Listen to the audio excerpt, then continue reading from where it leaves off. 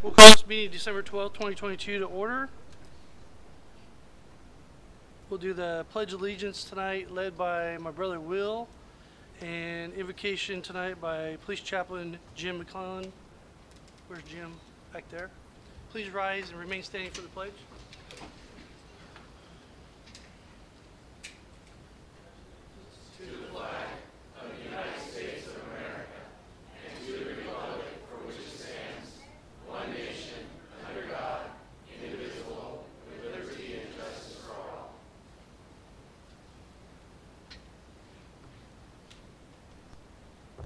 Father, as we approach your throne tonight, we're so thankful that we can.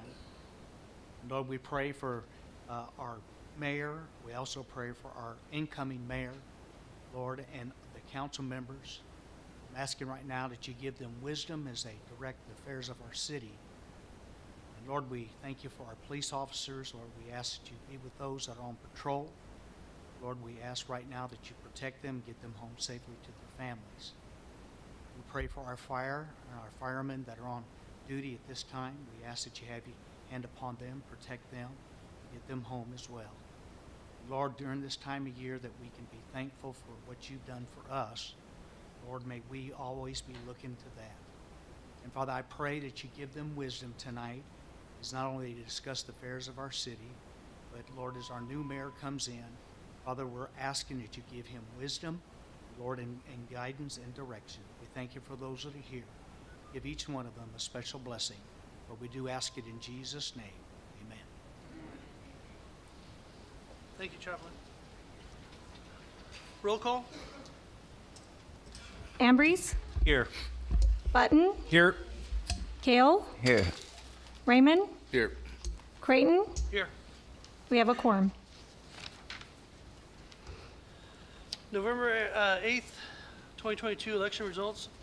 Item number 2, certifying the canvassing of votes in the November 8th, 2022. Number 1. Oh, minutes. Sorry about that.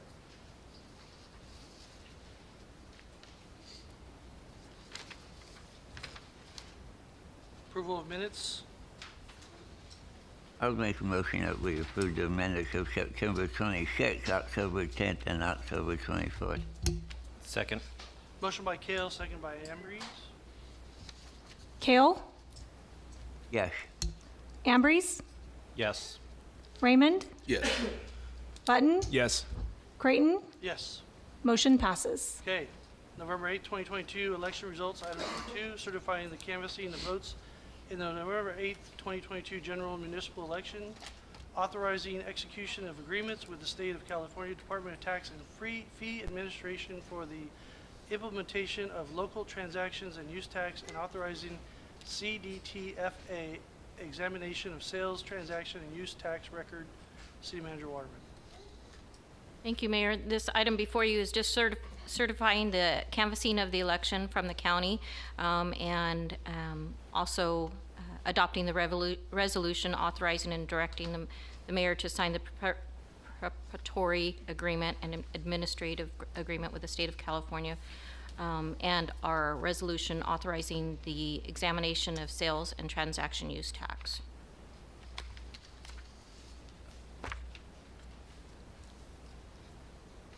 Would be fitting to have. I'm going to open up to public comment at this time. Anybody from the public to come forward on this item, please come to the podium, state your name for the record.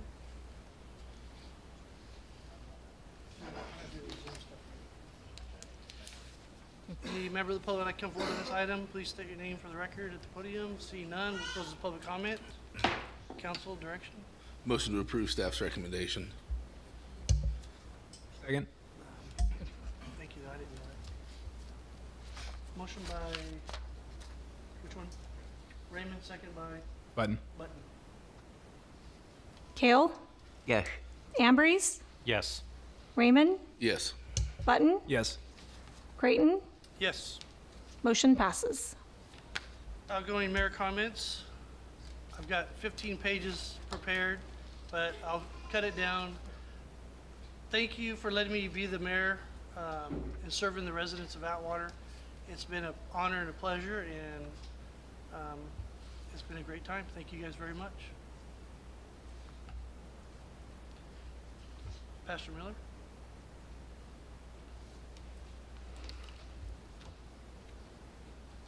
Actually, before Pastor Miller makes his prayer, we have Mayor Pro Tem John Kale that wants to make a presentation on behalf of the city council to our outgoing mayor. Would you like to come up front and do this? Okay. You guys all want to go out there?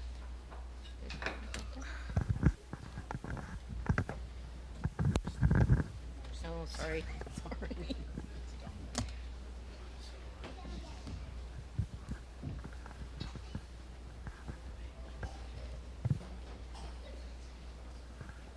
Well, Paul. Is it on? Yeah, it's on. Okay, good.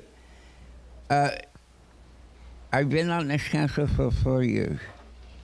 And in that 4 years, you taught me numerous things.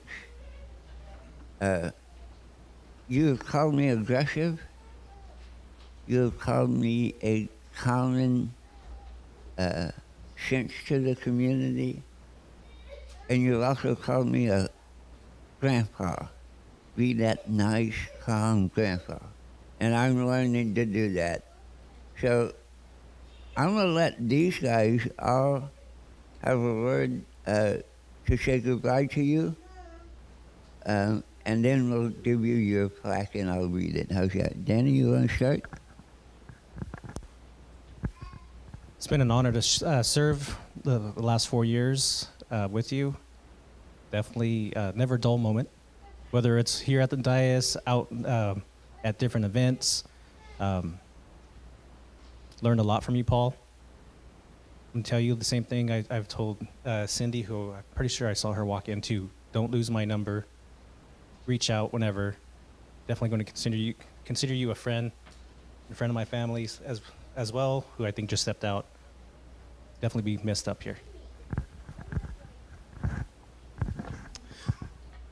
Paul, yeah, it's been a pleasure. Definitely, coming in. Now I'm in here for 2 years, and from day one, you just, gave me the respect, even though I hadn't been in here for very long, and wanted to hear what I had to say, but then also had that balance of, giving me some advice and some clarity on things, and your knowledge in town was, very useful. The thing I think about is I noticed right away is Paul is he's a fighter. When we've had some interesting council meetings in the past, and Paul is somebody who could stand right there in the fire and be professional. He could sit there and he could take it, and then come out the other side, still calm, collect, and and I just definitely respect somebody like that. And look forward to getting some coffee with you later.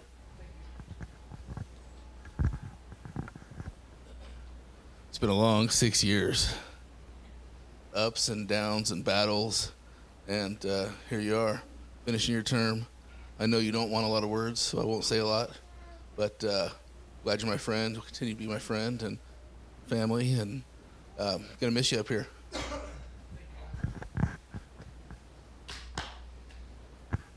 So, in appreciation, Paul Creighton, from time served, almost like a jail sentence and you're getting out. Now, it can be, yeah. December 2016, you became a council member, ended that in 2018 when you became mayor, and now December of 2022, you go out. Congratulations, and keep your phone on you, because we will need your advice on a lot of times. So, congratulations, Paul.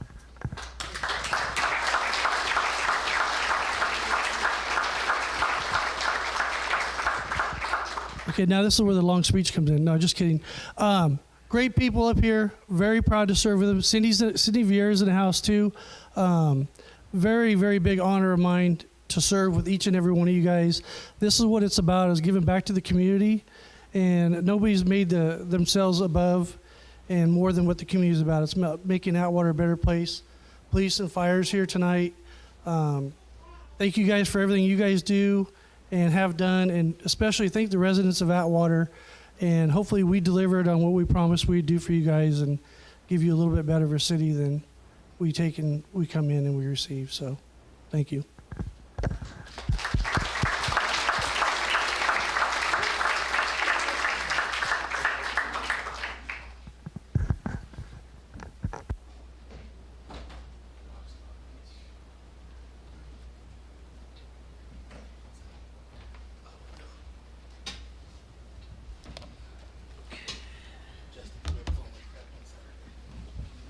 I know, I love it. It looks beautiful. Pastor Miller. All right. Well, if you would give me the liberty just real quick. Yes, sir. I do remember when I first met Mayor Creighton for the first time. He wasn't our mayor. He wasn't a city council member. It was actually over 6 years ago. I was out at the Veterans Cemetery in Santa Nila. Our church was out there for Memorial Day, and Brian happened to be out there, and he introduced me to Paul and said, hey, he's going to be running for city council. And we had a pleasant conversation. I honestly don't remember anything that was said that day, but that's okay. Because what I'll always remember is last year when I got a phone call, I told the mayor, if you need any help, our church wants to help with any projects you have. And he called me and he said, we'd like to get the fire hydrants painted downtown. And so I got our summer intern and we went down there to find him, and I didn't know where to find him, and I found him painting a fire hydrant. And that's what I'll remember, because my pastor always told me growing up, your talk talks and your walk talks, but your walk talks louder than your talk talks. And so I appreciate your servant leadership. It's going to be greatly missed. We also look forward to the incoming mayor and what servant leadership he's going to present. And so thank you, Mr. Mayor, for your time of service in our community. Let's pray. Father, thank you for all that you've done for us. Thank you for all that you've given to us. Lord, we do thank you once again for all of the servants that we have here in this community. And Father, as Chaplain McClellan prayed earlier for those that are out serving tonight and some that are in this room, and Father, even the citizens of our community, everyone has the responsibility to serve and to help out, as this is our city. Father, we're just thankful that we have people that are running our city and guiding it. And Father, remembering that it belongs to the people. And Father, we thank you for the mayor that we've had over the last 4 years. We thank you for the leadership that he's shown. We thank you for the things that have been accomplished, not only under his leadership, but under the city council members that have served with him. And Father, for making our city a better place now than it was before. We pray for the incoming mayor as well, that you bless him as well and use him in a great and mighty way as you've used this man, Mayor Paul Creighton. We thank you once again for your goodness to us and for showing your grace, not only to our city, but to our nation. In Jesus' name we pray. Amen. Thank you, Pastor. Okay, oath of office. Councilman Ambrose, Raymond, and Mayor-elect Mike Nelson. Yes. You guys want to? Do you want to do yours together or separate? Okay. Who's going to give the? City Clerk Corey Billings is going to do the oath of office for incoming council member Raymond and Ambrose. And then he'll do Mayor Nelson next. Goes in that.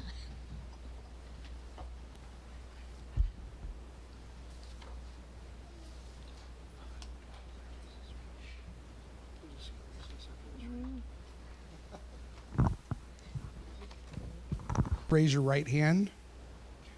Do you, Danny Ambrose and Brian Raymond, solemnly swear that you will support and defend the Constitution of the United States and the Constitution of the State of California against all enemies, foreign and domestic, that you will bear true faith and allegiance to the Constitution of the United States and the Constitution of the State of California, and that you take this obligation freely, without any mental reservation or purpose of evasion, and that you will faithfully discharge the duties upon which you're about to enter. Congratulations.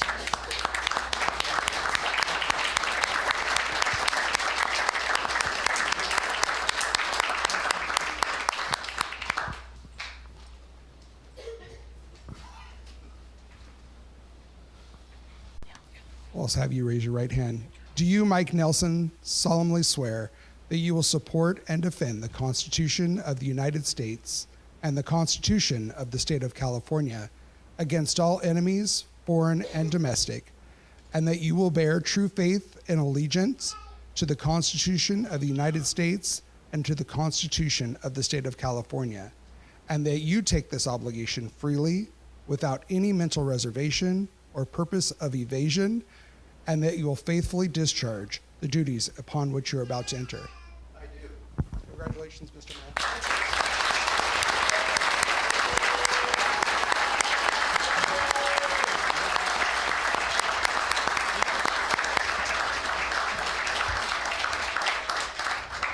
We're going to recess for a few minutes and let family members take photos, and there's some refreshments if everybody would like to have some.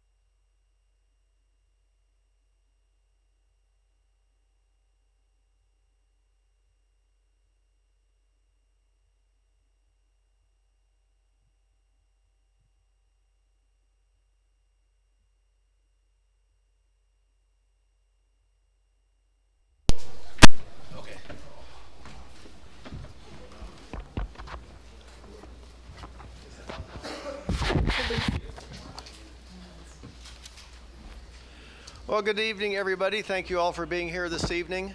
We're going to move ahead with our agenda. We're going to start here with the roll call. Ambrose, Here. Button, Here. Kale, Here. Raymond, Here. Nelson. Here. We have a quorum. Our first item of business is opening statements from newly elected city council members and the mayor. So we're going to start with Council Member Danny Ambrose.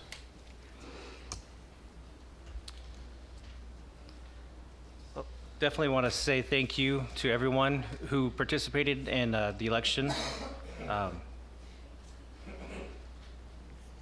Also would like to say thank you to Mr. Murphy. It was a clean race. Definitely kept it interesting till the end.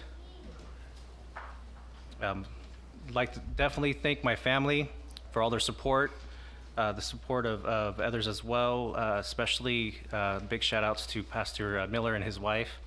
I know we talked briefly out here, but thank you for all your support. I told myself I wouldn't be spiteful, but you know, got to do this. There's a certain someone out there in internet land that wanted to call me a loser, but hey, you know what? For a loser, doing a hell of a lot of winning lately. So thank you for that. And yeah, here's to 4 more years.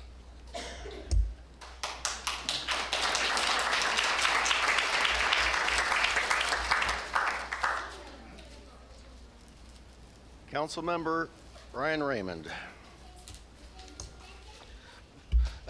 First and foremost, I just thank God and Jesus Christ for blessing me to be in this position.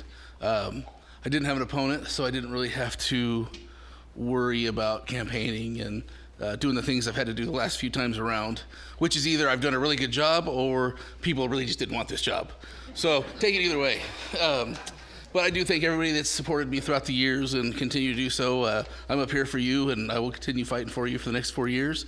I look forward to working with Mr. Kale, Mr. Button, Mr. Ambrose, and newly elected mayor, or new sworn-in mayor, Mr. Nelson, and continuing getting the city going in the right direction and doing what we got to do.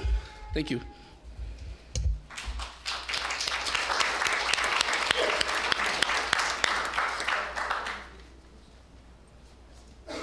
Okay. Since Mr. Creighton was pretty short, I'll just take a little bit of his time then and expand it out a little bit here. But I do have it on script, so I stay on script. And I'd first like to introduce my family here. My mom and my sister and my brother-in-law are sitting over here. And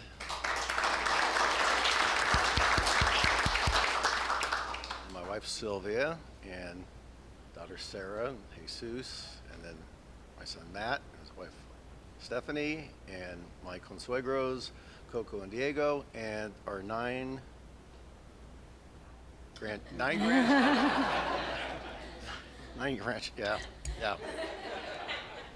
I'm running out of fingers, so it's hard to say. Anyway, okay, moving forward. So let me first begin by saying thank you to the residents of Atwater who placed their trust in me. Throughout my campaign, I have tried hard to listen to our residents. I've heard concerns relating to the quality of life, parks, traffic, and how City Hall must be more responsive to the residents who pay the bills. This council needs to work together to make needed changes. My job as mayor is to represent all Atwater residents, those who voted for me, those who didn't vote for me, and even those that didn't vote at all. My priorities all along have been public safety and City Hall transparency and accountability, because local government has no greater responsibility.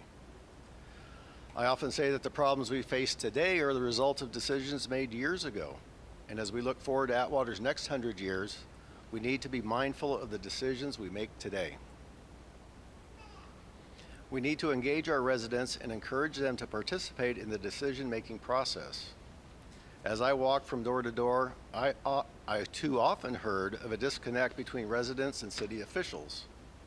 My job as mayor and our job as the Atwater City Council is to eliminate that disconnect.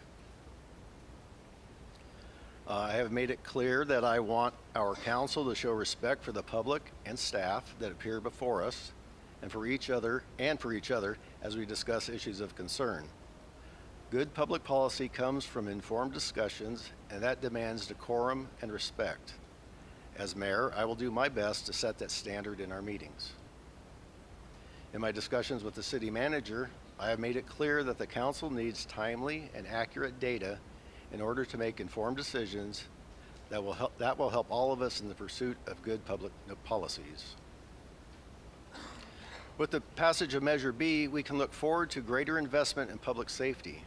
I want to thank all of the Atwater voters and especially the Measure B committee for their help to make this a reality. Our mission is to spend that money effectively and prudently, and I pledge to lead that effort. As I walked the neighborhoods of Atwater, I heard the demand for greater accountability and transparency at City Hall. I'm here tonight to let you know that the era of legacy building is over. At hand is a new era of accountability and transparency founded on best practices in governmental management. These best practices are already being implemented. Starting tomorrow, I will be visiting the various city departments, meeting with both department directors and city employees. I expect city leaders to institute a more collaborative approach to problem solving, one that includes both the public and our employees. Also, due to the changeover of employees the past few years, we will be re-implementing employee training through the Merced College Customer Service Academy. We want all employees, including department heads, to take advantage of this training. We also need to ensure that our department heads allow and encourage their staff to attend training that will improve their skills and prepare them for the next level when the need arises.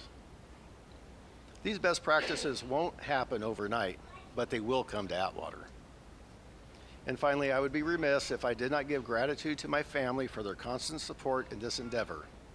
I missed many soccer games this fall because I was out meeting as many residents as I could. I am grateful for my family's support, and I love them very much. I also want to thank those who stepped forward during the campaign to help where they could. It is very much appreciated.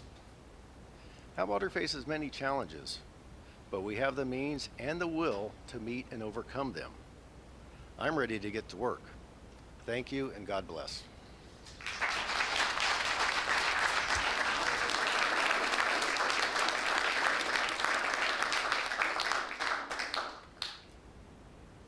Okay, so now my family is going to go have dinner, and they wanted to leave after my comments, so now is the appropriate time to do so. And I may come and join you, we'll see. We shall see.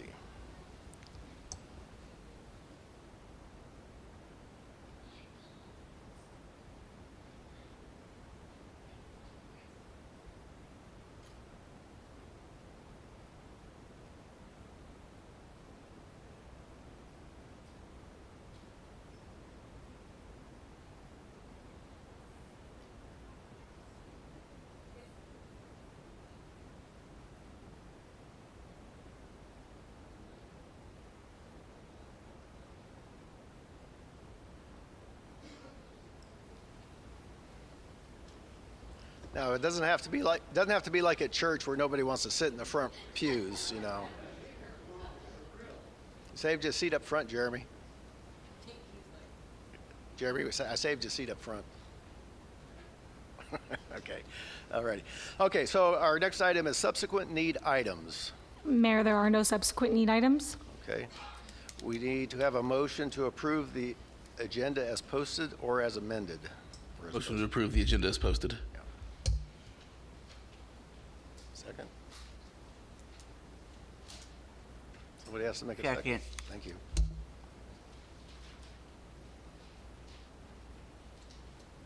We have a motion by Raymond, second by Kale. Yes. Kale? Yes. Ambrose? Yes.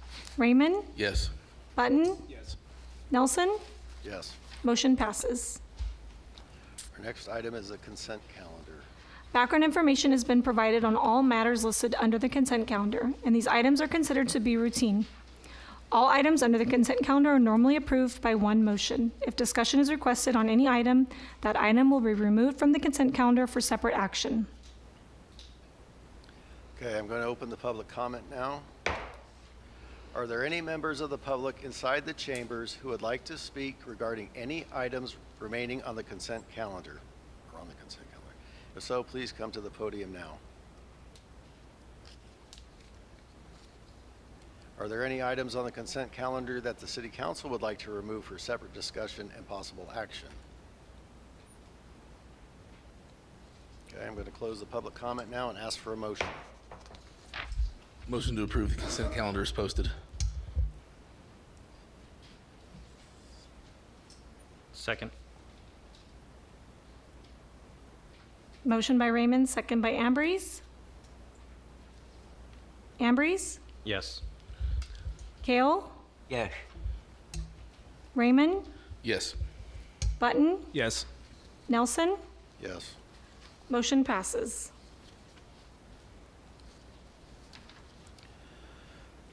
Okay, now we're on the regular hearing calendar. And our first hearing is to waive the first reading by title only and introducing an ordinance amending Chapter 5.60 Cannabis Business Pilot Program of Title V, Business Taxes, Licenses, and Regulation of the Atwater Municipal Code, and adding Chapter 5.70 Cannabis Regulatory Program, adopting a resolution setting a cannabis business tax as previously approved by the voters. So I will now open the public hearing. Staff, you may please present the staff report and any recommendations.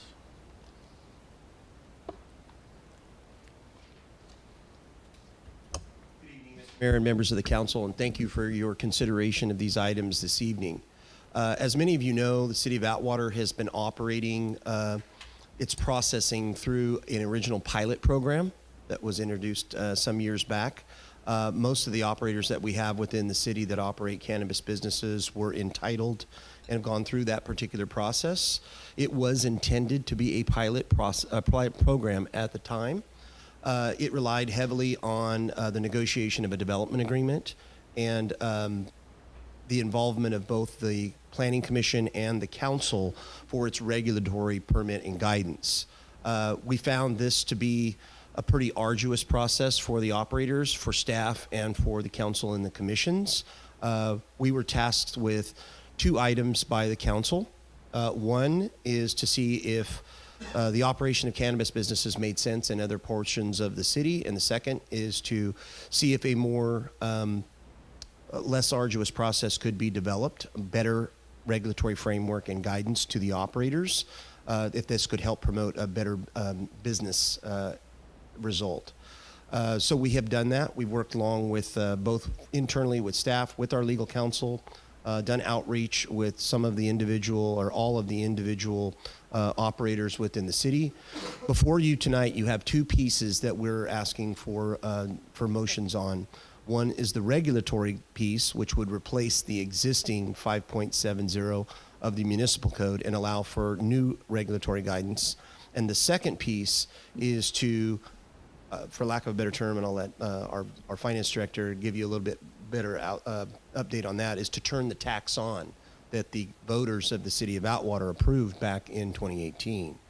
So, like I said, the first piece is the regulatory piece. It's a much better process. It removes the use of a development agreement and replaces it with a more recognized, more streamlined regulatory process.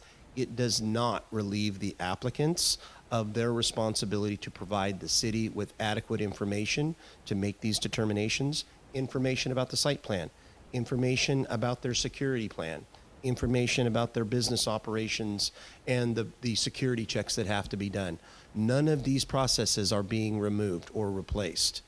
The regulatory guidance as it moves through each of those bodies that I had mentioned is what the new guidance will be under. So when we do an intake or an application, we accept those. The materials that we're asking the council to recognize is the same process and same safeguards that we already utilize within the city. I think that might conclude my portion of the regulatory guidance. I would ask our finance director maybe comment. Thank you. And so the new ordinance, I could comment on, there is going to be some fees in order for the city to recoup its costs to manage this program. That will come at a later time to city council. It'll be an amendment to the miscellaneous fee schedule after we do further analysis on those costs. But I'm not sure if we want to have questions for the ordinance, or should I move on to the tax and explain further on the tax portion? Well, this is the staff's time to speak, so go ahead. Okay, so for the tax portion, the tax that is presented to council, it represents a consistent, non-negotiable tax structure that is replacing the negotiated development agreement. So it's going to help us get away from those development agreements and public benefit amounts and enter this tax structure that's already in place. So some background on the tax is in May 2018, the City of Atwater City Council placed before the voters a ballot measure, which was called Measure A, to enact the ordinance allowing the council to implement a tax on gross receipts of cannabis businesses within the city. The voters approved Measure A on November 6, 2018 by 65% of local voters, and that allowed us to adopt Chapter 3.54 of the Commercial Cannabis Businesses, Chapter 3.54 of the Atwater Municipal Code, which imposes this license tax of up to 15% on gross receipts of commercial cannabis businesses. And it allows us to come back to council with the reso to set actual tax rates, because right now we have an up to 15%. So until now, no tax rate within the 15% cap has been set. So cannabis businesses have entered these development agreements, which are negotiated contracts. And then in May 2021, the city entered into agreement with HDL to assist us to migrating the pilot program into an permanent cannabis business program. And in July 2022, we got direction from council after HDL provided a fiscal analysis and recommended some tax rates. We got direction to move forward with this ordinance and setting these tax rates. So some more on these tax rates that are presented that staff is recommending is that it's using the existing Measure A that's already approved up to 15%. And the adoption of this resolution, it provides a more structured and competitive tax rate imposed at rates ranging from 2% to 6% of gross receipts. Per HDL's fiscal analysis, the proposed rates are more common in this industry and are competitive with the cannabis taxes in nearby jurisdictions. And it varies based on, staff is recommending the rate vary based on business type, as not all cannabis business types operate the same. But if you have any questions on tax rates or the ordinance, we'd be happy to answer any questions.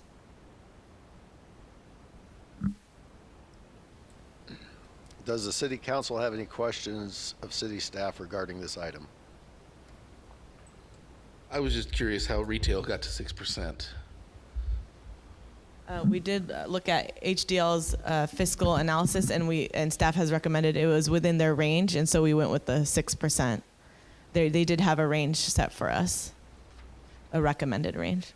Okay.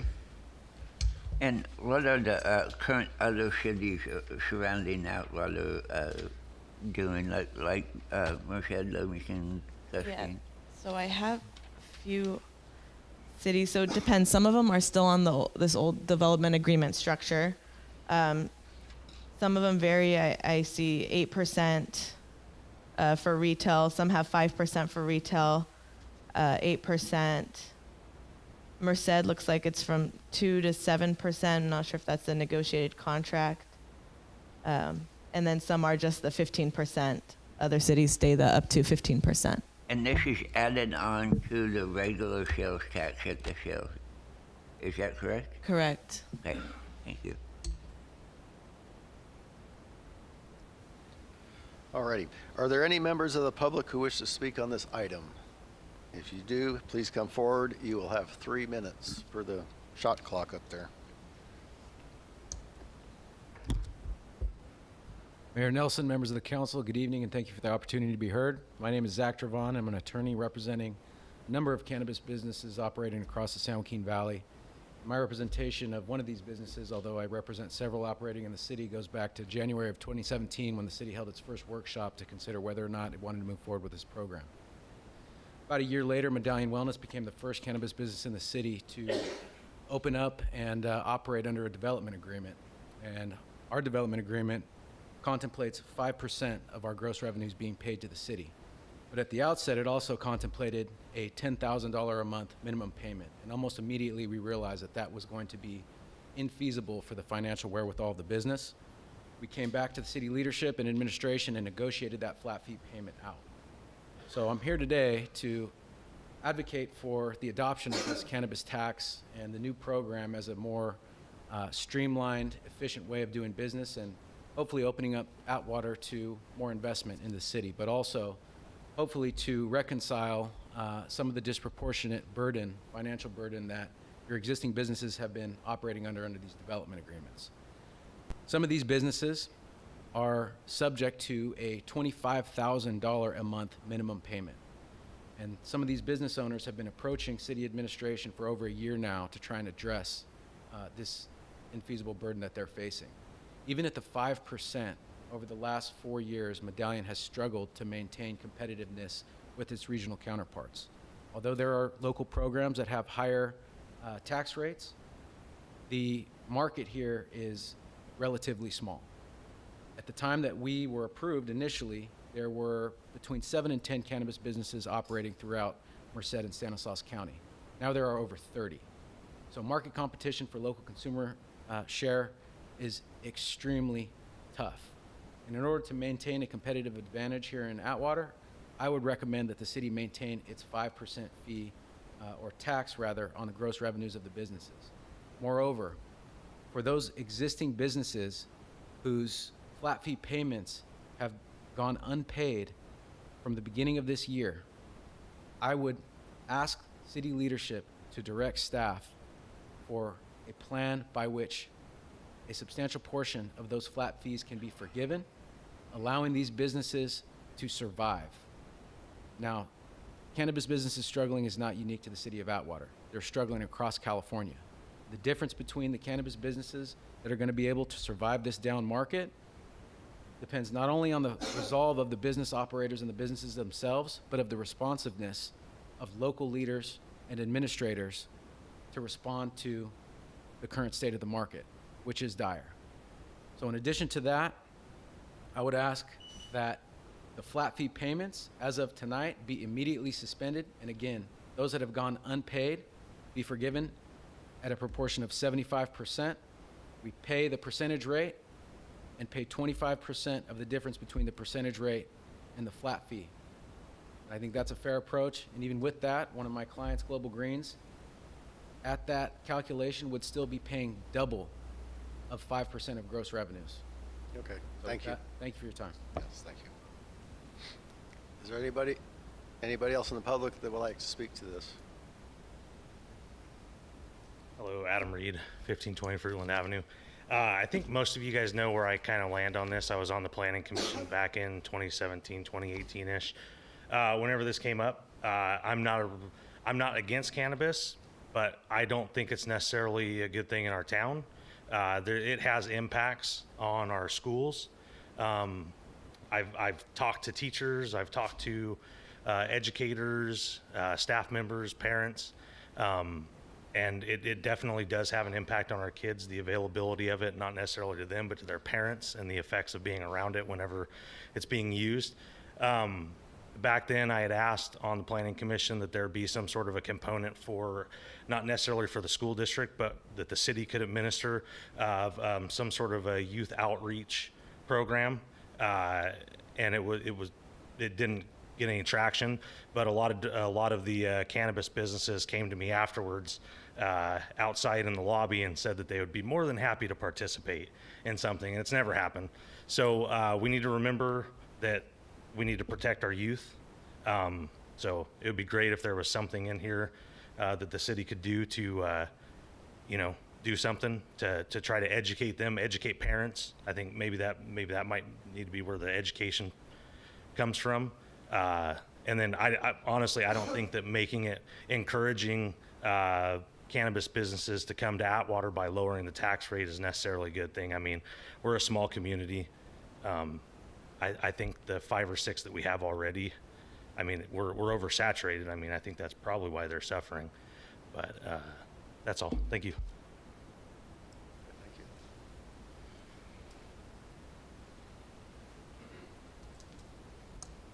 Rich Miller, 334 Silva Drive, Pastor Victory Baptist, here in Atwater, 1280 Sierra Vista Street. You know, I've spoken about how I stand as a citizen and as a pastor on this. I believe that businesses, if they're considered lawful businesses, should be given a chance. But I also don't think that there should be special recommendations or special guidelines made for businesses. If I, who was a missionary in Ukraine for 5 years, came to Atwater and said, you know what, I want to open a Ukrainian restaurant. And I went ahead and I signed agreements to rent a place. I came to the city, I got my business license. And then I found that nobody around here liked Ukrainian food. I shouldn't come back to the city and I shouldn't go back to the person who I rented the building from and say, hey, you guys need to give me a break. What that tells me is people in Atwater just don't like Ukrainian food. And so I don't think as a citizen that it's fair for businesses to ask for an advantage when they knew when they came to our city what was expected at that time. And if they haven't lived up to that, that's on them. They're a business. They're in the business of making money, and they entered into an agreement. And so I would like to just echo the sentiments of Mr. Reed, and I would also like to ask, along these lines, we are just talking about tax. We are not talking about allowing these businesses to change where they can operate. I want to make sure that I'm correct on that, because I know that has come up before, and that is something I'm very concerned about, these businesses being within areas where our churches and our schools are located. So if I could get clarification on that this is just about the tax.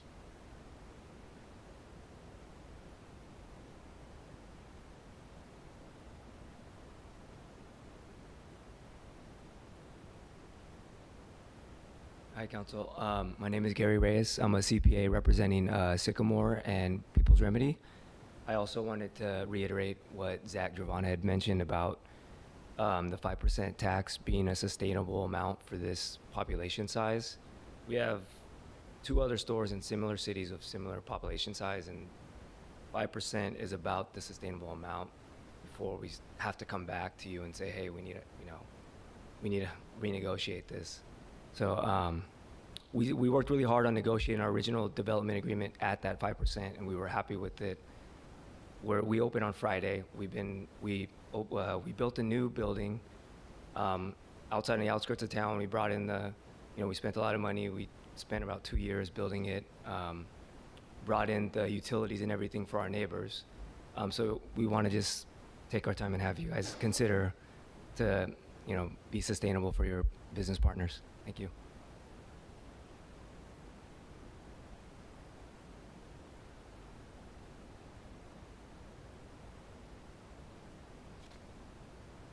Hello, my name is Santiago Mendoza. I'm a longtime resident of Merced and Atwater. I've grown up around the area. I've seen the need of infrastructure needs and things that are needed in the community. I could say that our project at 664 Railroad is quite evident right across the street from Teasdale. And I think the 6% would be adequate, but I would ask the city council to also consider other avenues that other industries in other areas like Coachella are doing to help retail out to maybe consider consumption lounges to maybe advocate a little bit more of a sales growth, and also look at what money is being allocated to special departments and needs in, for example, for these teacher programs to flourish. What other, there's a public benefit tax for that, and I think that needs to be addressed to some of the residents here in Atwater, what that money is for as well, for those needs. And also look at other avenues that are being done in other districts such as Coachella to bring up the revenue in the retail sectors for our new businesses here in the city of Atwater. Thank you. Does anybody else wish to speak on this item? Seeing nobody else come forward, I'm going to close the public hearing.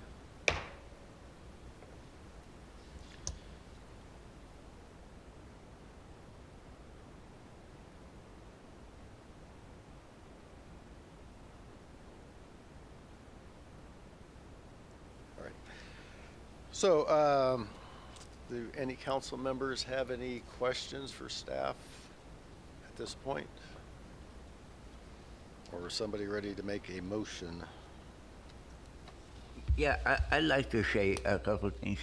Mr. Reed, I totally agree with you. I remember they were like, everybody was jumping on the chance to educate our children, especially at the high school level. And for those of you in the audience, shame on you for not getting that done. In the cannabis world, that this is your responsibility, that you need to come up here, and I'm more than willing to help you in any aspect that I can to get you to do that and assist you with that. This is a difficult issue because you guys agreed to do what you want to do in this model. I'm not saying you're not doing anything illegal, but it's difficult sometimes to go on, make a decision on the companies that deal on a cash basis. And I know this is difficult, understandable for you because you have to do that according to the government regulations. So this is been weighing on my head a lot the last couple of days. But I agree there needs to be some changes done so that you guys can survive in the business. So I unless anybody else has anything else to say, I make a motion that we take the tax down to 6%. Well, I had another councilman that had a Okay. question. I would remind the council members to please use their buttons, their lights rather. Brian? Mr. Reed, just so you know, this is built in here at the discretion of the city manager, that the monies can be used for youth programs, events, Boys and Girls Clubs. So it is in there. We just need to make sure, some of that goes that direction, to put your mind at ease a little bit there for that. I agree, Mr. Kale and the operators, that something does have to change, and then you can ask staff for the way it works. It's a nightmare and everyone's pulling their hair out. So codifying this is going to be the best way to go. I think that, moving forward with staff's recommendation at a 5% retail tax rate would probably be the best way for now. From what I understand is the development agreements are almost up or are up and expired. So we have to do something different at this point. I would like to see at the 5% tax rate, this go forward and possibly consider looking at something. If these operators are far behind on their payments, doing something to help, not necessarily waiving monies if we can't, but if that's what we have to do, part of something is better than all of nothing, and I would take that any day over losing the business. So some maybe staff can look at for that part. But Mr. Kell, did you make your motion? Yeah, I did. Okay.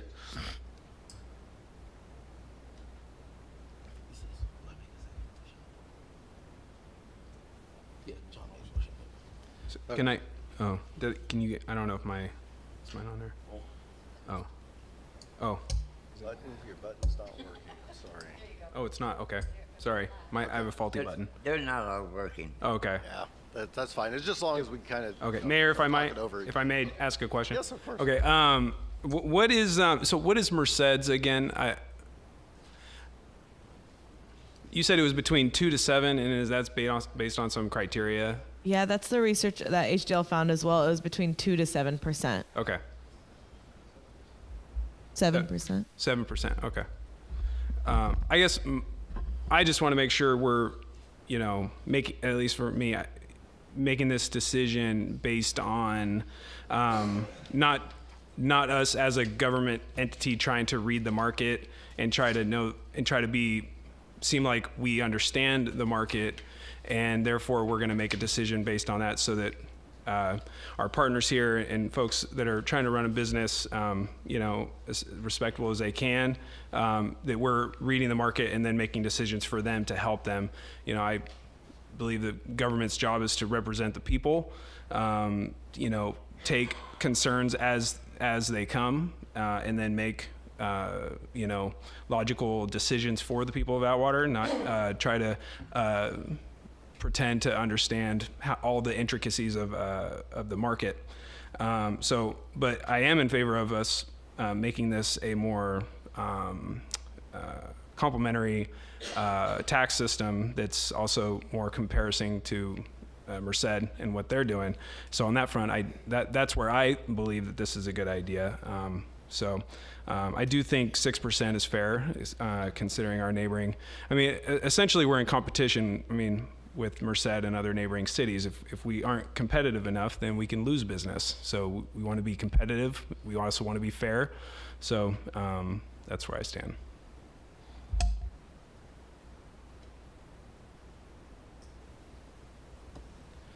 Okay. Any other questions for staff or comments? Okay. John, you had a motion. You were making a motion? Yeah, I made a motion that we go forward with a sales tax of 6%. Just to be clear, this item has two components. We have an introduction and waiving of the first reading of an ordinance, and then also the resolution to set the tax rates per the resolution. Yes. So That's great. So are we going to vote on these separately? Depends on the maker of the motion. It can be done at once. I'm saying we can do that in one vote. Okay. Yes to waive it. Yes at 6%. Thank you. Okay, we have a motion to waive the first reading and also to set the tax rate at 6% on this item. We need a second. I'll second. Motion by Kell, second by Button.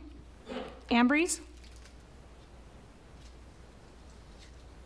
Yes. Kale? Yes. Button? Yes. Raymond? I believe the tax rate should be at 5%. No. Nelson? Yes. Motion passes. All right, thank you for that. Our next item is public hearing, waiving the first reading by title only and introducing an ordinance approving zoning text amendment number 22-18-0100, repealing and replacing chapter 17.28 of the Atwater Municipal Code regarding accessory and junior accessory dwelling units and determining the ordinance to be exempt from CEQA. Director Thompson. Thank you, Mr. Mayor and Council, for your consideration of this item this evening. Let me open the public hearing here first. Oh, sorry. Okay, go ahead. Okay. So before you tonight is an ordinance that, as stated, repeals and replaces our existing portions of our existing Title 17, which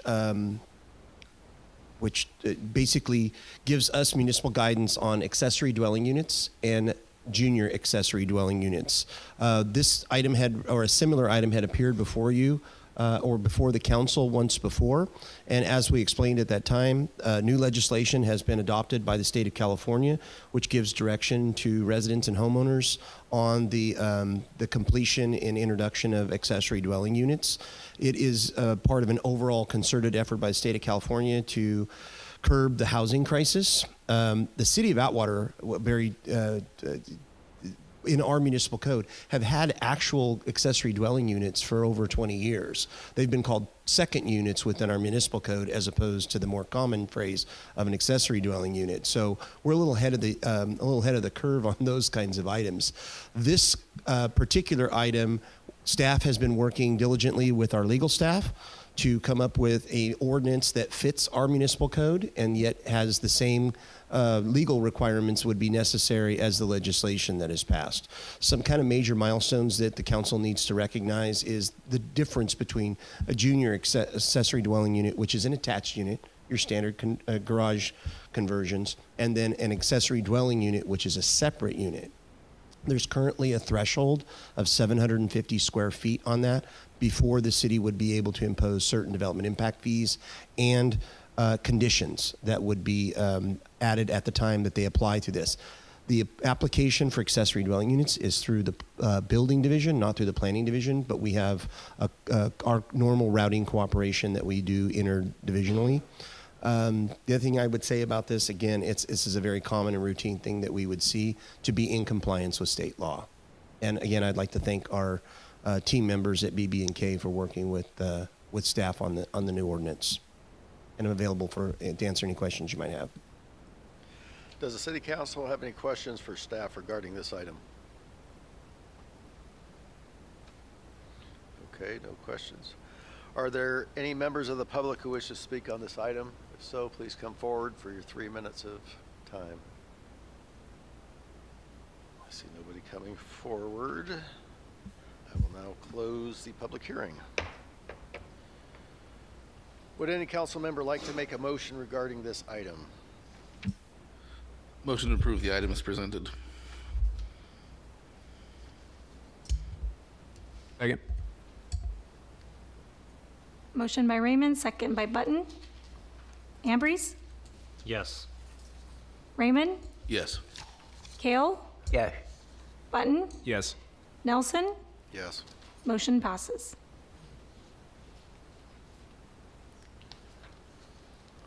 Okay. Now we are on to item 11, which is, okay, this one's a little different here, so bear with me. Appeal of Planning Commission non-approval on November 30, 2022 regarding BK Industry Incorporated's application for a conditional use permit, a site plan, an architectural review, and zone variance. Project description is an electronic message board located at the corner of First Street and Schaefer Road, Atwater, north of APN 003211002. And I have an introduction to read here first. This item is an appeal of the Planning Commission's November 30th, 2022 consideration and effective non-action concerning BK Industries. This hearing is being conducted pursuant to the authority contained in the Atwater Municipal Code, as well as procedural requirements created by case law. My role as mayor will be to act as the presiding officer of this hearing. The City Council's role in this matter is to decide whether to grant the appeal application for approval of a site plan, architectural review, variance, and conditional use permit in connection with this project. Before proceeding, the city attorney will provide a brief overview of procedural requirements to ensure these proceedings are conducted in accordance with all due process standards. Yes, thank you, Mayor. The City Council is required, as this is a public hearing and an appeal, to consider the record below from the Planning Commission, as well as such additional evidence as may be offered at today's hearing. The council will then decide whether to grant or deny the appeal application before you.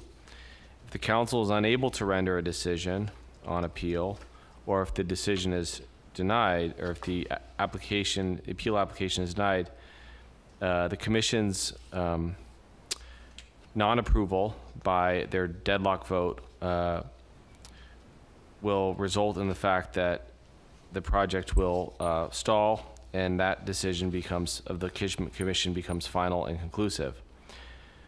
The City Council again is required to review all submitted evidence and is now prepared to listen to all evidence and testimony presented during this hearing and to render an impartial judgment based on the evidence before it at this appeal hearing. I would also ask, just to ensure an impartial hearing, that if any city council members have gained any information or evidence outside of this hearing since the time of the appeal, just please disclose that for the record so that information can be part of the hearing and part of the deliberation of this body. And that concludes my comments. Thank you, Frank. The contents of the appeal and its supporting evidence are before the council. The appeal will proceed as follows. 1, I will open the public hearing and city staff will first present a staff report. 2, the appellant will then present its appeal and any evidence related to such appeal. 3, members of the city council may then ask questions of either the appellant or city staff. 4, members of the public will then have an opportunity to comment on the appeal. As normal, each speaker will have a maximum of 3 minutes. 5, the appellant will then have an opportunity to present additional evidence in rebuttal to points raised by the public or questions posed by the City Council. We are now ready to proceed in this matter. Madam Clerk, do we have proof of publication of this appeal hearing? Yes, Mayor, we do. Okay, the staff may now present its staff report and recommendations.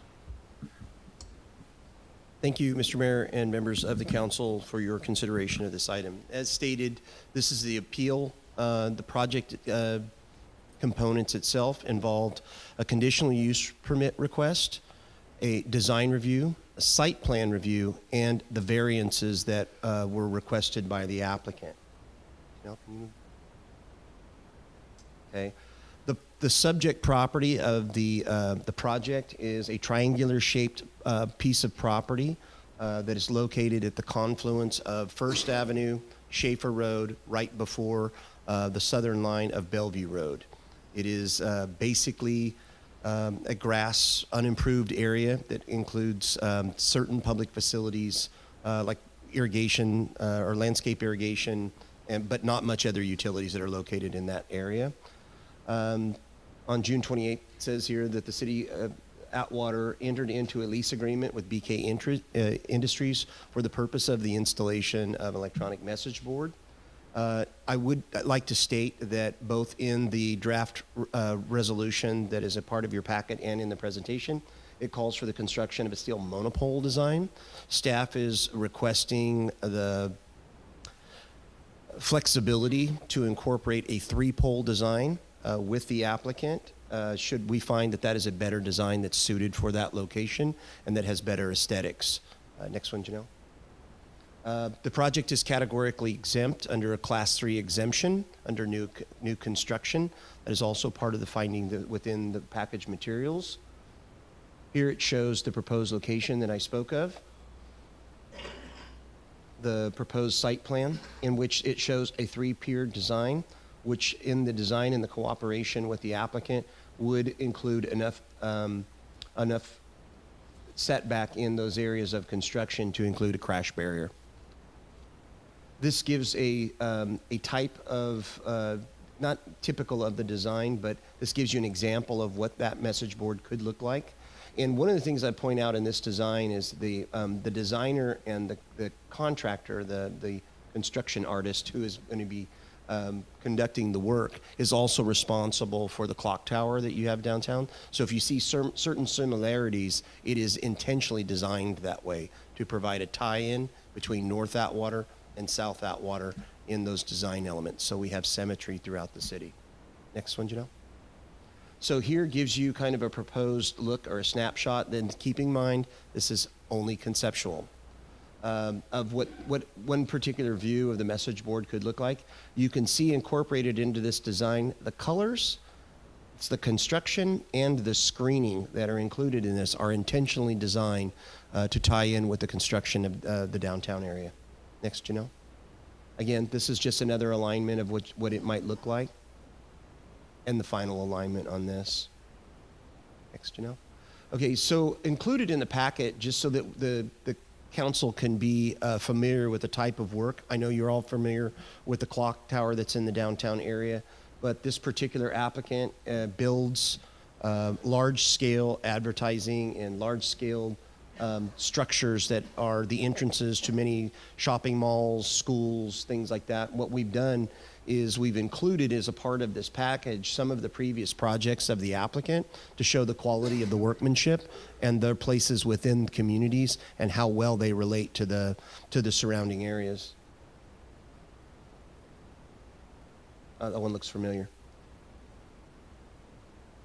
Okay, so just so that we're clear, again, the 2 specific areas of variance are to exceed the 8-foot height limit. This one, because of how far back it sits off of Bellevue, the applicant did apply for a variance to exceed that height so that he could be the same visual register as those other ones that are located on Bellevue Avenue. And the second one is to provide some variance, including the safety barrier that would be considered as a side variance to the project. And I believe the applicant is present in the audience during the public comment period. That concludes staff's presentation. Okay, thank you. The appellant may now present its appeal.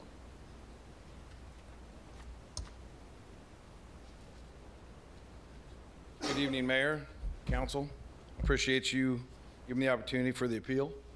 As you know, I'd like to thank you guys for what you've done thus far on this project with allowing me the opportunity to have the lease and move thus far.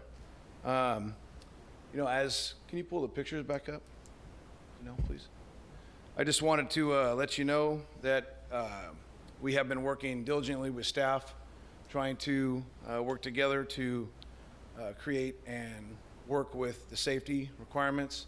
I've had multiple conversations with police and fire, making sure that we met any safety concerns that they may have, and we have done thus far. We have also planned on doing a lot of PSAs. We have a certain amount of screens on this particular project that we'll be able to help the town advertise, such as the city of Atwater, for an example, churches. One that's dear to my heart is FFA. So FFA and 4-H programs are something that don't always get to advertise in the right way. So I personally going to offer a lot of spots for that as well. So I want to make sure the community knows that nonprofit organizations will also be able to have opportunities, and we have a certain amount of screens available for them for advertising. So that's an additional thing that may or may not have been aware. So that's one part of the project that I want to make sure that everybody knows. And at the same time, we do want to make sure that the design kind of has similarities, but obviously is a little bit different. It is on the other side of town, and we want to make sure that as the Bellevue corridor comes through, and when that gets built in, this is going to be a nice feature for that side of town. And not only is it going to offer advertising for those businesses that are over off of Bellevue and in the adjacent areas, I do think that it'll bring some awareness to that side of town that will inspire a little bit, and hopefully inspire other people to kind of brighten up their places and maybe do some more development on their buildings. And I'm here to answer any questions if council has any. Thank you. The city council now has the opportunity to ask questions of city staff or the appellant.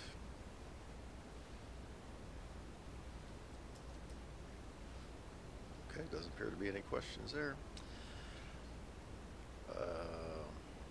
If there are any members of the public who wish to speak on this appeal, please come forward. You have your 3 minutes.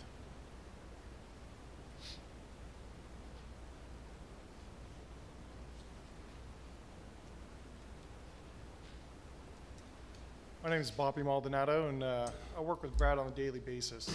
I want to say that for the most part, when he gets up every day, he's at the shop at 3 o'clock. He's planning out the day for all the guys at work, and then he spends countless hours devoted to something that doesn't make him any money and has us do a lot of work over there at the ice rink, helping out the community. The clock tower was also something that was ridiculous hours. I mean, we're working all day and then he's going all night. And it wasn't something that he ever did for himself.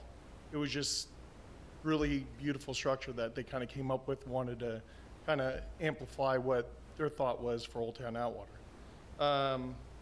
Even this morning, his neighbor's tree blew down in this last storm. Had us all go out there and pick up the tree for him and stuff. The guy actually hurt himself trying to get it last night. So it's all the little things he doesn't like to address, but even this thing itself, it's meant to beautify that corner. It's meant to go ahead and get some advertisement out and hopefully make everyone else do something, in that direction. So I do want to say it's not a selfish act or anything like that, and we had to go ahead and jam his name into the damn clock tower because he didn't want no one to know he did it. So when it comes down to it, I just want to say that I think it should be pushed forward. Appreciate it. Okay, thank you for your comments. Pastor Miller. I'll do it just to be safe. All right, Rich Miller, 334 Silva Drive. here in Atwater, also pastor Victory Baptist Church, 1280 Sierra Vista Street. I think it's exciting.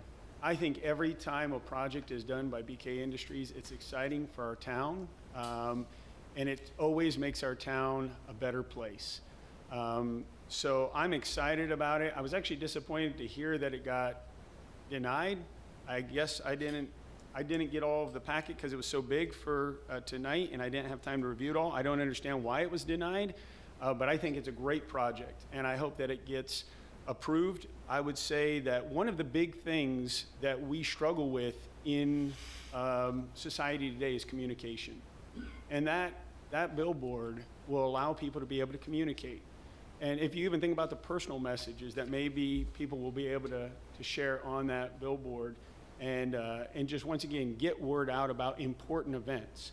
Our town is small, but it still amazes me how many people don't know things that are going on around our area.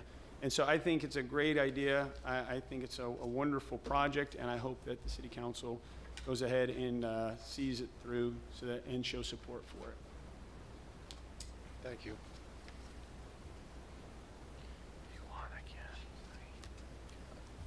Linda Dash, Atwater.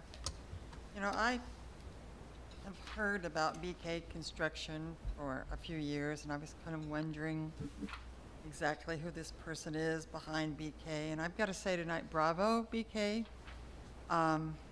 This project started almost 2 years ago, and he's been held back. I did some checking, and because you know me and my figures, this guy's put in almost $500,000 to plan this. I think it's going to be nice. It's going to be classy. Atwater needs something classy. We don't need old signs that the lights burn out and it looks like CRAP. I think it's going to be as pretty as an apple pie. I hope you vote for it. Thank you, Linda.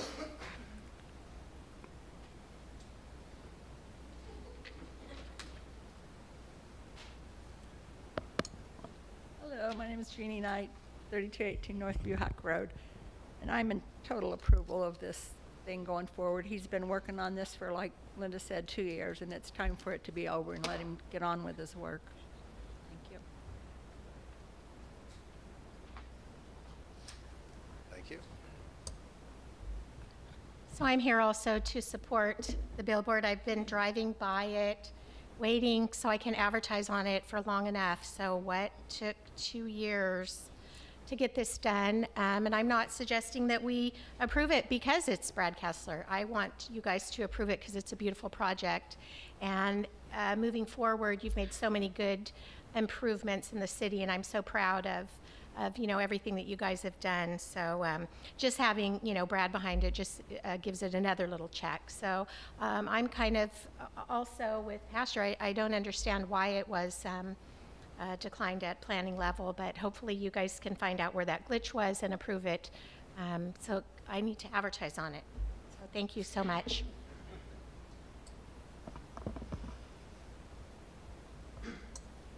Adam Reed, 1520 Fruitland Avenue. I'm here in support of this project. It's a good project. The clock tower is a beautiful clock tower. And one of the things that the design guidelines and things like that and the general plan has always pushed to achieve is connectivity throughout town and architectural design. And this does that. It's a policy and guideline in the general plan. Those are scenic corridors, and they specifically in the general plan, it states that they want to see architectural diversity and design throughout there. So, I mean, this is a good project for that. Brad's worked on it for a long time.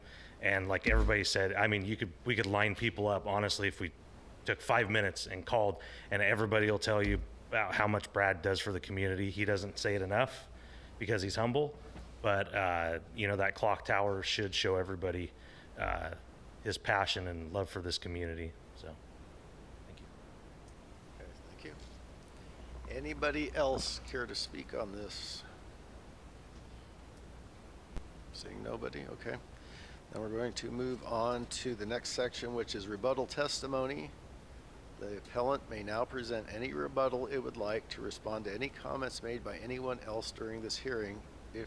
If you have any further comments, although I didn't hear anybody speak bad about your project, so I don't know that. Sometimes the less said is better, but you feel free to say whatever. I would like to address something, just briefly, just so you're aware. One of the comments at the planning commission level had to do with lighting. Could it be too bright? Those are some issues that they got brought up. Excuse me. I wanted to make sure council and staff also know that there's a built-in automatic brightness sensor in the actual boards, and what that does is early morning and dusk and dawn, it actually dims it down so it's not so bright. And as the day gets all the way towards noon, 1 o'clock, 2 o'clock, when the day's at its brightness, that's when the lighting actually increases.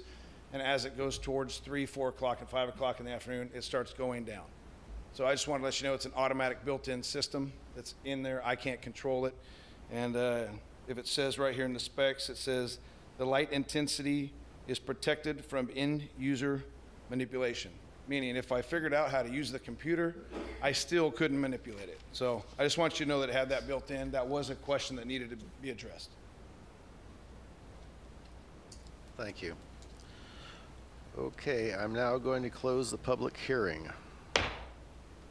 The council will now deliberate and act on the appeal. Before I go further, I did want to say there was several questions about the denial of the original project. The project was not denied by the Planning Commission. It was deadlocked 2-2 vote.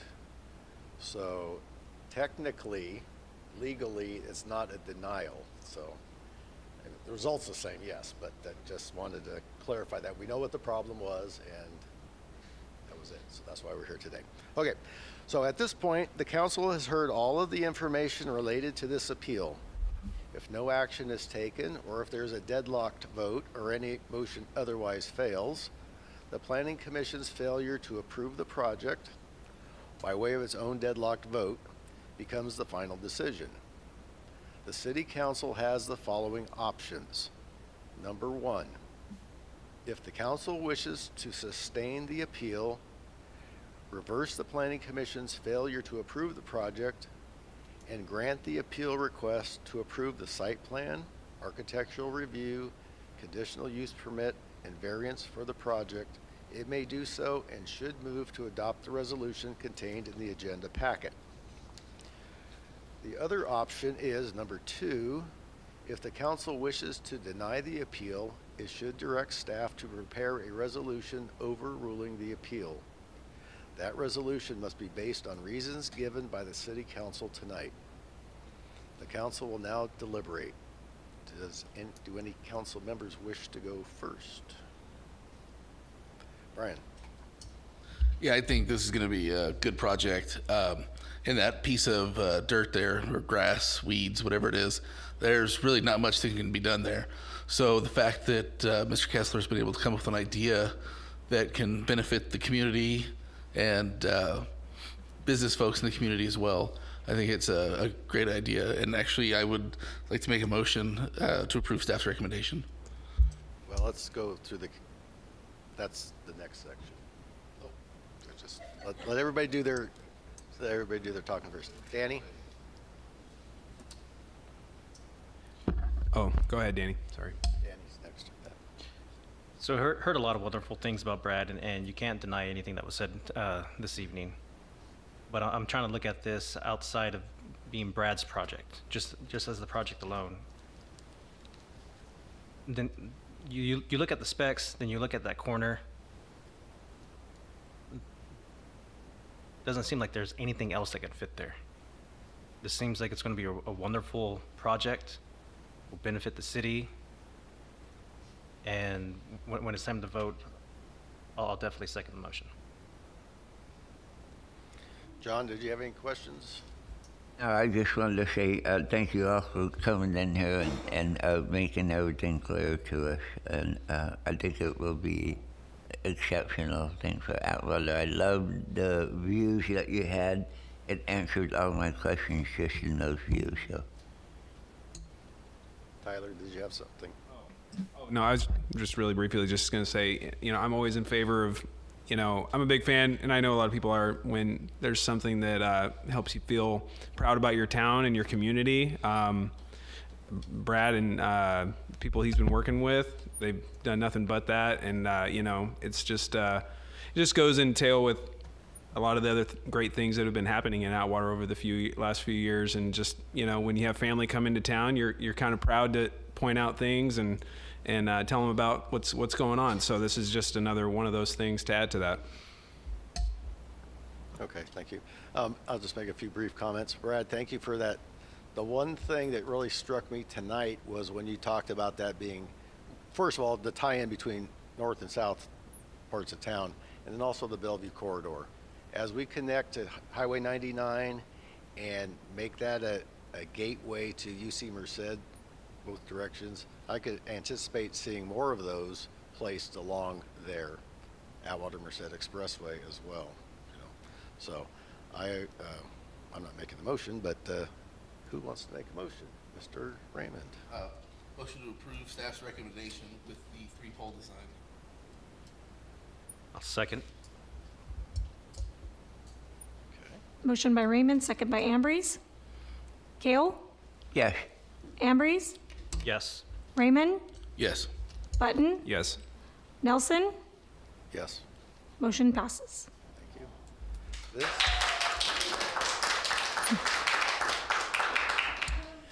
This concludes the appeal hearing. Thank you all for your participation. Okay, but we're not done yet. You're more than welcome to leave if you need to, but that's fine. Okay, so our next item is a report and presentation from staff awarding a general construction contract for the pedestrian and roadway improvements on Laurel Avenue and 6th Street. Greg? Thank you, Mr. Mayor, members of the council. Tonight, we're very happy to seek the approval of this contract for some much-needed improvements to the 6th and Laurel area of the city. As you know, the city has been very good about utilizing funding sources for the inclusion and the introduction of sidewalk, curb, gutter in those areas of the city that don't already have sidewalks. But we have always faced challenges in the installation of or replacement of those sidewalk areas that look like roller coasters throughout the city. So we're very pleased to bring this project. It's a much needed project. It's been a long time waiting to get it done. The specs, the information about the successful bidder, all of that were made as a part of your packet for this evening. And the project itself is very straightforward. It's the rehabilitation of that entire stretch that is depicted in the site design. Okay. Does anybody have any questions on that? Just happy. Okay, does any member of the public have any questions, comments? I expected this one. Jim Murphy, 262 Juniper. I know Greg and Lori and Justin are probably sick of me lobbying for this. I've been trying to get this particular thing done for about 6 years for customers of mine in that area. So, good job. I'm glad it's moving forward. Thank you. Thank you, Jim. Okay, anybody else? No? Okay, so anybody want to make a motion to accept? I'll make a motion to approve. Second. Motion by Kell, second by Button. Raymond? Yes. Ambrose? Yes. Kale? Yes. Button? Yes. Nelson? Yes. Motion passes. All right, item 13 is adopting the Recognized Obligation Payment Schedule, otherwise known as ROPS, FY 23-24 for the July 1, 2023 through June 30, 2024 period, and adopting the administrative budget for fiscal year 2023-24. Good evening, Mayor and City Council. Background on this ROP schedule that staff is bringing forward for council approval. In December 2011, California Supreme Court made its decision to dissolve all redevelopment agencies in California. And since then, the City of Atwater has been acting as the successor agency to the Atwater Redevelopment Agency. and it's the successor agency's responsibility to manage the operation of the dissolved Atwater Redevelopment Agency.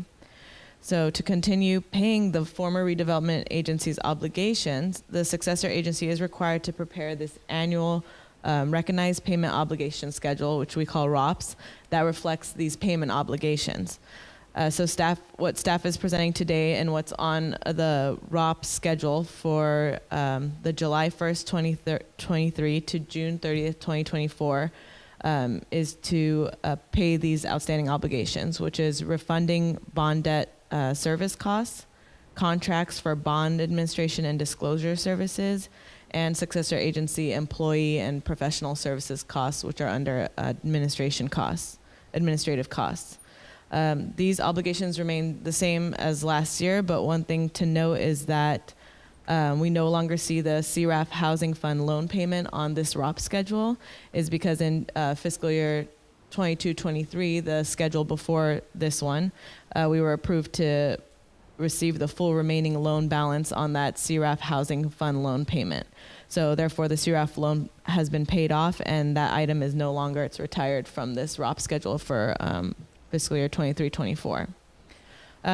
Once approved, if approved, this will be presented to the Countywide Oversight Board for the County of Merced on January 27th, and it will be submitted to the state before the February 1st deadline.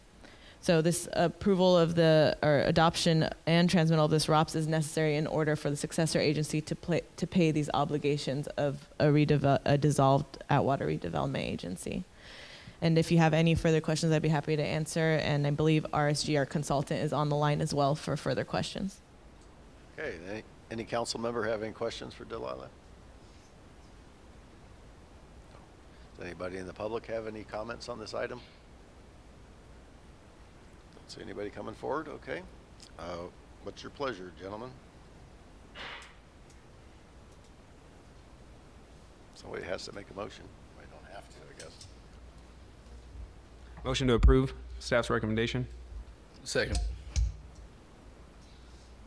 Motion by Button, second by Raymond. Ambrose? Yes. Raymond? Yes. Kale? Yes. Button? Yes. Nelson? Yes.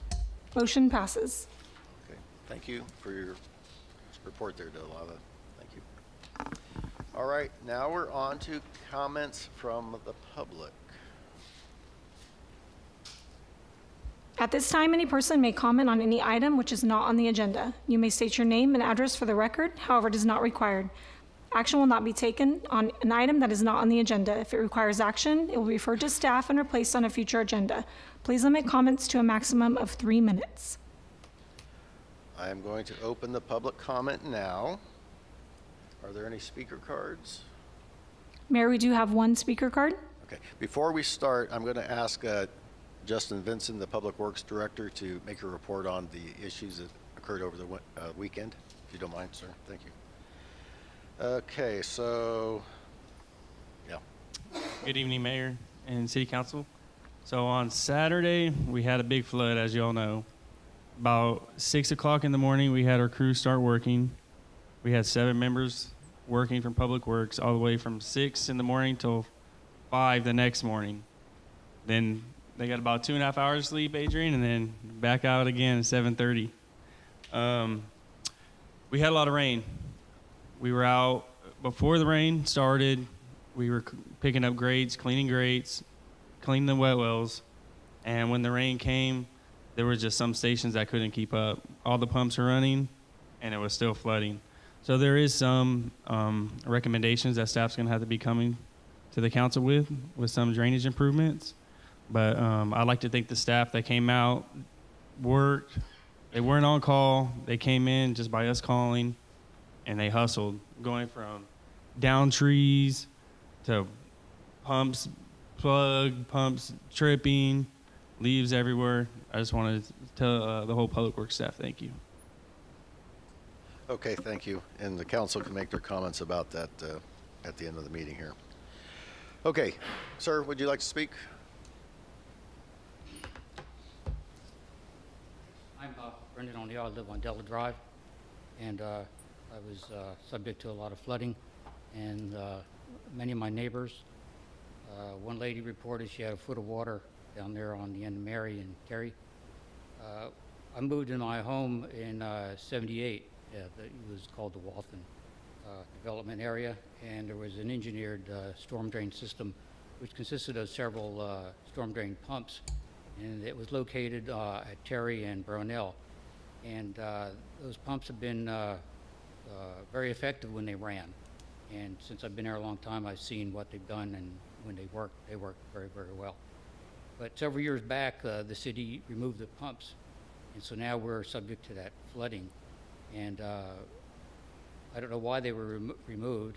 Actually, just some hearsay is that they were hard to maintain or something of that sort. So what I'd like to see, if it's possible, is to have those pumps reinstalled. So it'd be put together as was engineered and as we were told when the water houses there, because we didn't want to be flooded. We knew it was a floodplain. Either that or re-engineer the system so that water is moved out. It doesn't take much rain for those people down at the end of the street to get flooded out. And several years from the El Nino or El Nina, whichever one it was, and the city came out and blocked off the road there where you make the entrance into Della. This year they didn't do that, and so people are driving down there. And the one lady I spoke to on the corner at the very end of Mary said that people are driving through there and the water pushed their car and their truck into their garage door and bent it. So there's quite a few people down in that area that have waterlogged houses.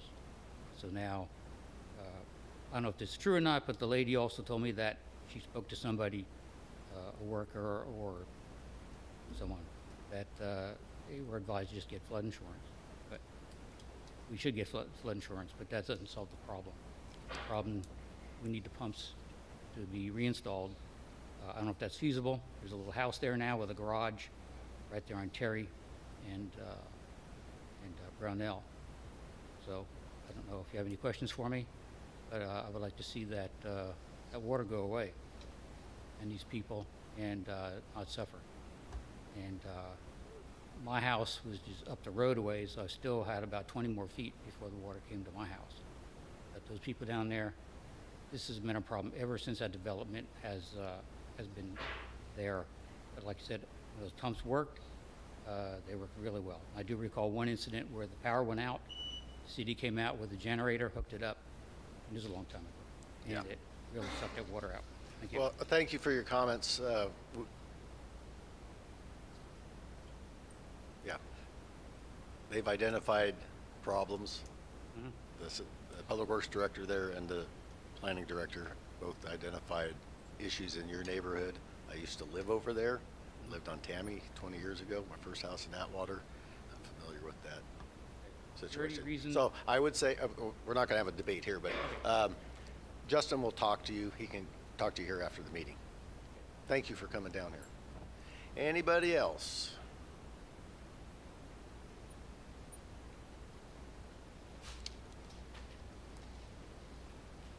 Jim Murphy, 262 Juniper. As Councilmember Ambrose mentioned earlier, I ran against him for council, but I want to stress that I'm here as a small business owner. I'd like to read an excerpt from the Merced County Times. Councilmember Ambrose said that he pointed out he's not serving the city for profit of any type. There are no backdoor deals being done with him because he's not a small business owner in town. He works at a school district in a neighboring town, so he's purely running to make the city of Atwater stay sure that it stays healthy and is here to for the future of his children. So I'm here to publicly ask Councilmember Ambrose, were you referring to me with that small business comment? And if not, yeah, we're not gonna entertain. okay, I'm just throwing the question out there. I'm not saying he's going to answer it.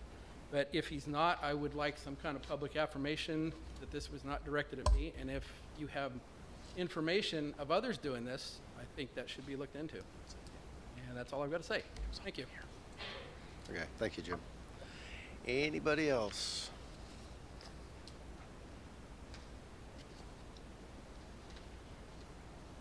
Good evening, Gabe Santos, 3391 Shoreline Drive. Just wanted to come down and thank the City of Atwater. Welcome, Mayor Nelson, to your new position. Exciting. Like to thank the City of Atwater for hosting a great Christmas parade on December 2nd. A great turnout despite the cold weather. Also like to thank the Fire Department and Police Department for keeping it safe for everybody out there. I know it was already mentioned, but Director Vinson, thank you to all your staff for this past Saturday. We saw them out there, and it was definitely, it's a hidden blessing what weather can do and what Mother Nature can do. Well needed water, but now where does it go? Also wanted to thank the City Council for allowing me to be part of that, the judging of the parade. That was a lot of fun, and just want to wish everybody a happy holiday and looking forward to 2023. Thank you. Thank you.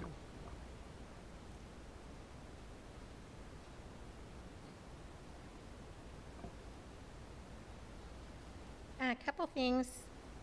First, I want to congratulate everyone.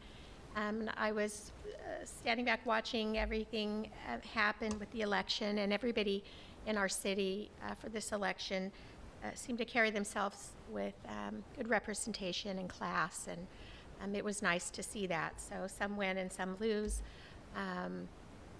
Mayor Nelson, congratulations, and I'm very proud of you. And John, congratulations to you again for representing yourself with class and dignity, as both of you gentlemen did, and that's either way representing our city in a very positive light. Brian, of course you ran unopposed. Everybody was scared because you're so good at what you do. And Danny, another like nail biter, so you know, staying true to what you do. But congratulations to all of you, and I look forward to really exciting things. Also, I wanted to say congratulations to the committee that represented Measure B. Again, it was represented in such a positive light. They did a fantastic job with their signage, with the representation. I didn't see anybody other than a couple naysayers at a couple meetings go against the measure. And I know I've already talked to Chief, I expect really exciting things for our law enforcement and for our fire department to come out of that. Last but not least, I want to invite the new council with the old, also Itty City employees. I know we've already invited Chief and representation from our fire department.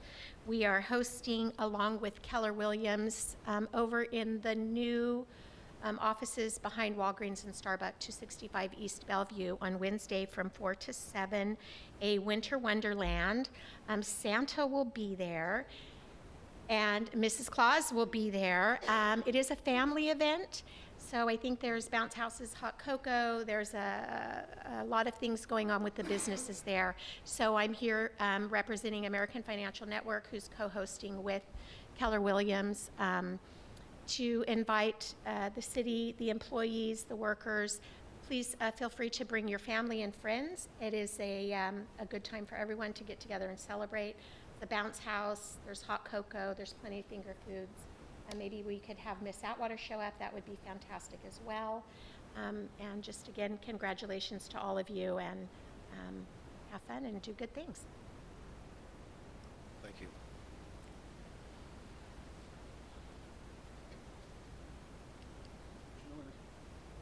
I won't say my address again. All right, but Rich Miller, just want to say, Public Works, thank you. I think that a lot of times when people don't do their job, it gets complained about, and when they do it, they don't get thanked enough. And I heard a preacher, Dr. Lee Robertson, who pastored in Tennessee years ago, say everything rises and falls on leadership. And I was just commenting to my wife today that the spirit at Public Works is great. And I think that's because of your leadership, Mr. Vincent. I also think my interactions with Renee Macias, Adrian back here, I'm just super proud of our Public Works Department, and so appreciate all you guys are doing. I want to invite everybody out for our second annual Christmas in Atwater event this Friday, Saturday, and Sunday. Do want to thank our new mayor, as he was on the Planning Commission, to approve us going forward once again, not just for this year, but for 3 more years after that. And we're excited about it. It's going to be better than last year. It will be on the property of the Bloss Mansion. Starts at 5 o'clock, ends at 8. It's free for the community. When you come to the property, you'll have the opportunity outside the mansion to go ahead and experience a lot of different things. We'll have refreshments, we'll have play areas for families to get together. We'll have live nativity. We'll also have live animals thanks to Supervisor Pereira. We're going to have 2 tents out there where kids can make ornaments and also where they can decorate Christmas cards and a special red mailbox that they can deposit those in. But they won't be going to Santa because Santa will be at Miss Vieira's. Those will be going to veterans. Those will be going to veterans in our community. And so Tom Legg is going to take those Christmas cards, deliver those to veterans in our community, and we're going to take some down to the VA hospital in Fresno because we don't want our veterans to be forgotten at Christmas time. I also want to thank the Atwater Historical Society, Mr. Olzak and Ms. Jansen, their support. They're going to open the mansion up. In fact, I just had some people drive by today and ask, when is the mansion open? I said, it'll be open this Friday, Saturday, and Sunday. And they will be taking people through. You won't just be able to run in. It will be organized.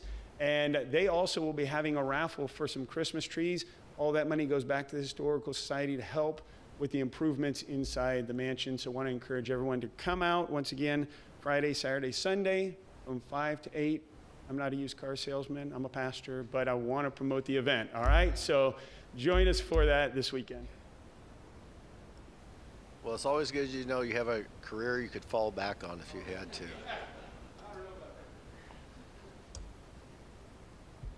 Good evening again. Council, Mr. Mayor, I just want to say thank you and to staff and of course Justin too. As you guys know, us at Old Town Atwater have a lot of projects we've been working on. The ice rink, we're halfway through our season. We did get pelted with a lot of wind and rain and we had to make some adjustments ourselves. But as usual, everybody was out there helping the day after and the evening. For us, we had a lot of flooding and we had a lot of help. So everybody came out, the staff was right there. When they made it down our street, they took care of it. I just want to say thank you for that and address the fact that I also do agree that the staff, they're doing very well, very happy, and the guys are making jokes more than they used to. So that's a good sign in our world. And I always want to thank the council. You guys always help support the projects that we do at Old Town. And we're grateful for it. We wouldn't be able to do it. This year we actually ended up giving away almost 8,600 tickets. We moved into Winton and Washington Elementary as well. So just want to say thank you for always supporting Old Town Atwater, and without you we wouldn't be able to do what we're doing. Thank you. All right, thank you. Anybody else? Nope. Okay, I'm going to close public comment now. Thank you for your comments. Alrighty, our next item is the City Council reorganization and Mayor's Committee assignments. Each of the council members have received a list of their committee assignments, but I'll read them for the public anyway. Mayor Pro Tem will be Brian Raymond. The MCAG representative will be myself, with Brian as the alternate. The League of California Cities Central Valley Division will be myself. I should say too, there's a lot of them with myself because I want to learn what all these committees do. Next year, I'm sure it will be different when I see how much time all these take. Anyway, I'll be on the League of Cities, Ambrose and Button as the alternates. This will not interfere with Mr. Kale's service on one of the policy committees. He can still stay on that, no problem. City Audit and Finance Committee will be Ambrose and myself. LAFCO will be Brian. The Prison Atwater Community Liaison Group will be Mr. Kale. They haven't met in quite a while, so because of COVID, I don't, so who knows? That's one it's kind of a name in there, I guess. Atwater Community Services, Neighborhood Watch, Mr. Kale. 4th of July Committee, Mr. Kale. The San Joaquin Valley Air Pollution Control District, Mr. Ambrose, and Mr. Button is the alternate. Sigma, which is a regional water committee. It's a staff level position. It's Justin Vinson will be the representative and Greg Thompson will be the alternate for staff.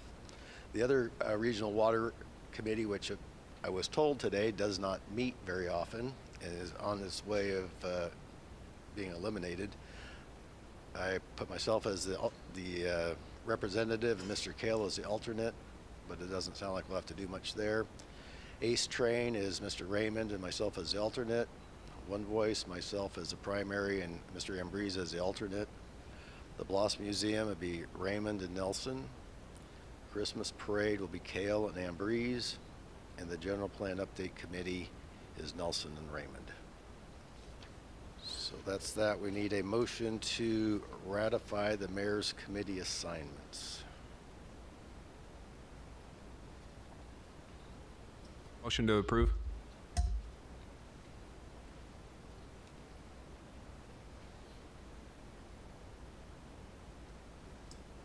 Second. Motion by Button, second by Raymond. Raymond? Yes. Ambrose? Yes. Kale? Yes. Button? Yes. Nelson? Yes. Motion passes. Alrighty, we're going to go to city council comments at this point. Normally the mayor goes last, but I'm going to take my privilege and go first. And I want to give kudos to Mr. Kale, one for the campaign, keeping it pretty clean, so that was good. And also though, John, you made a good suggestion at the last meeting here, last couple of weeks, about the invocation being before the Pledge of Allegiance, putting God before country. That's an excellent idea. I appreciate you making that suggestion. It didn't get approved for this agenda, but going forward, we're going to change that around, thanks to you. So. Okay, who else has comments? Start with Tyler. We'll just go down the line here. Yeah, you know, I mean, not enough good things can be really said about the ice skating rink project and what's gone into that and what it's done for the community. But I just took my students. I teach middle school. It's a couple blocks away, and we walked there, and it was kind of cool because I usually just go and take my own children. I usually don't take a bunch of children from the community to an ice skating rink, but I did that time, and it was actually I just wanted to share. It was just really cool, and it was just kind of awesome to see.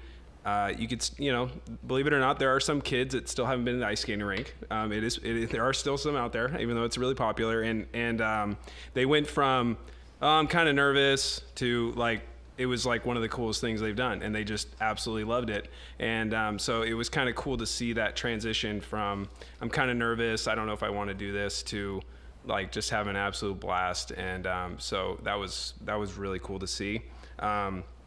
Christmas Adventure.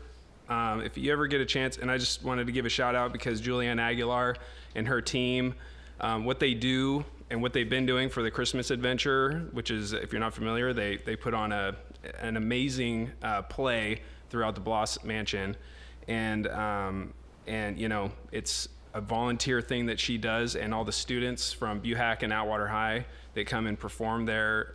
It's a great, amazing tradition. And we look forward to it every year. And it was kind of cool because the group we were with, one of our friends, he performed in it when he was in high school, and she remembered him. And it was just kind of cool to see that tradition has come all the way to where now he's taking his kids to that. And so that was kind of cool to see. And then just congratulations to Mayor-elect, and look forward to, it's exciting. Thank you. Well, I had a whole bunch to say, but it's gone now. Kind of like everybody else, the Public Works Director, Vince, and his crew rocked it. Again, I apologize for you having to put up with me all day, but you guys did a good job. I'm very proud of you guys. Yeah, I pretty much blanked out. It is the Christmas season. Just remember your family, friends, loved ones, and why we're all here, and it's all about Christ, not us. And just wish everybody a Merry Christmas.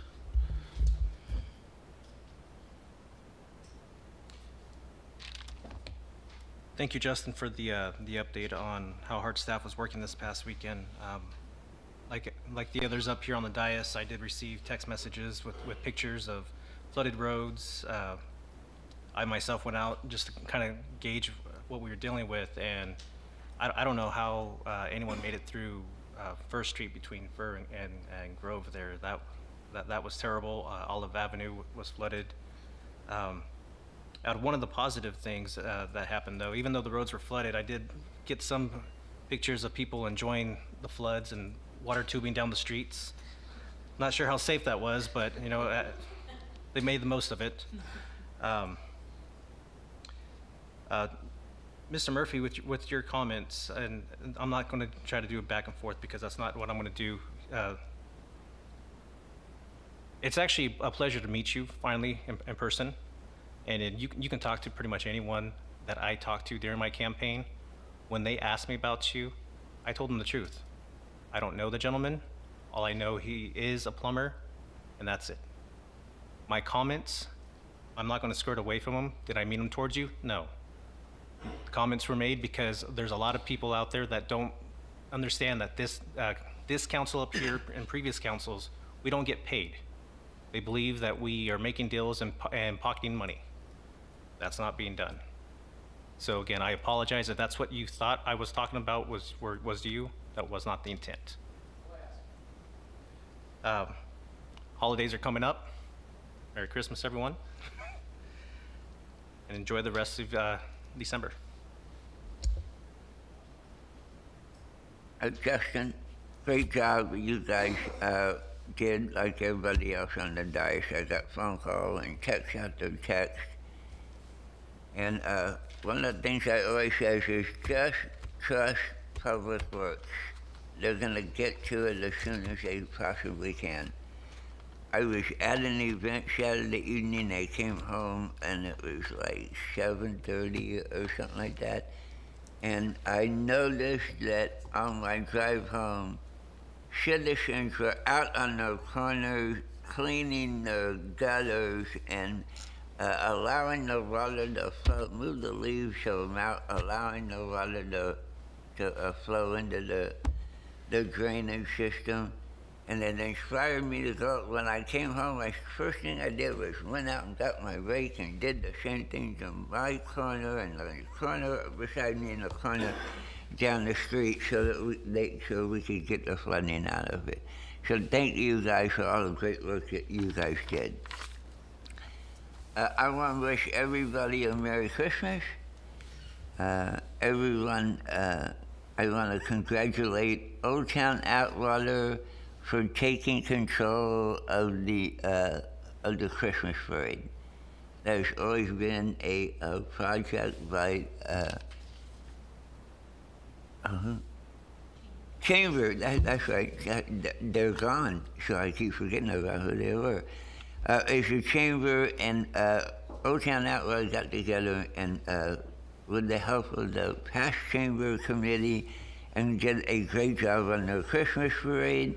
I want to congratulate Jean Kirby on being the Grand Marshal. It was well-deserved honor for her. And OTA, they banded together and created a great parade, and it was a very successful event. I'd like to congratulate Mike on his winning the mayor's race, and please remember the reason for this season. It is the birth of Jesus Christ, and I want everybody to please remember that. And I just want everybody to know that I'll be praying for this council as the year goes by. I'm sure we're going to do some great things. Thanks. And just one last wrap-up. Dittos to all those comments that were just made. I won't repeat them again, but just did want to say about the rain. I dumped 2.6 inches out of my rain gauge. That was from Saturday afternoon to Sunday. Yeah, Sunday morning. So got a lot of rain. I'm in a rain shadow too, so I don't get as much rain as other people in town, but I got over 2.5 inches. So. Okay, so now we are going to closed session. We have a conference with legal counsel, anticipated litigation, significant exposure to litigation pursuant to Government Code Section 54956.9D2. Number of cases 1. I'm going to open the public comment now. While it is open, are there any members of the public inside the chambers who would like to speak regarding the closed session item? Seeing nobody come forward, I'm closing the public comment, and we're going to adjourn this meeting to conference room A. Oh, yeah. Thank you all for being here this evening and sticking it out.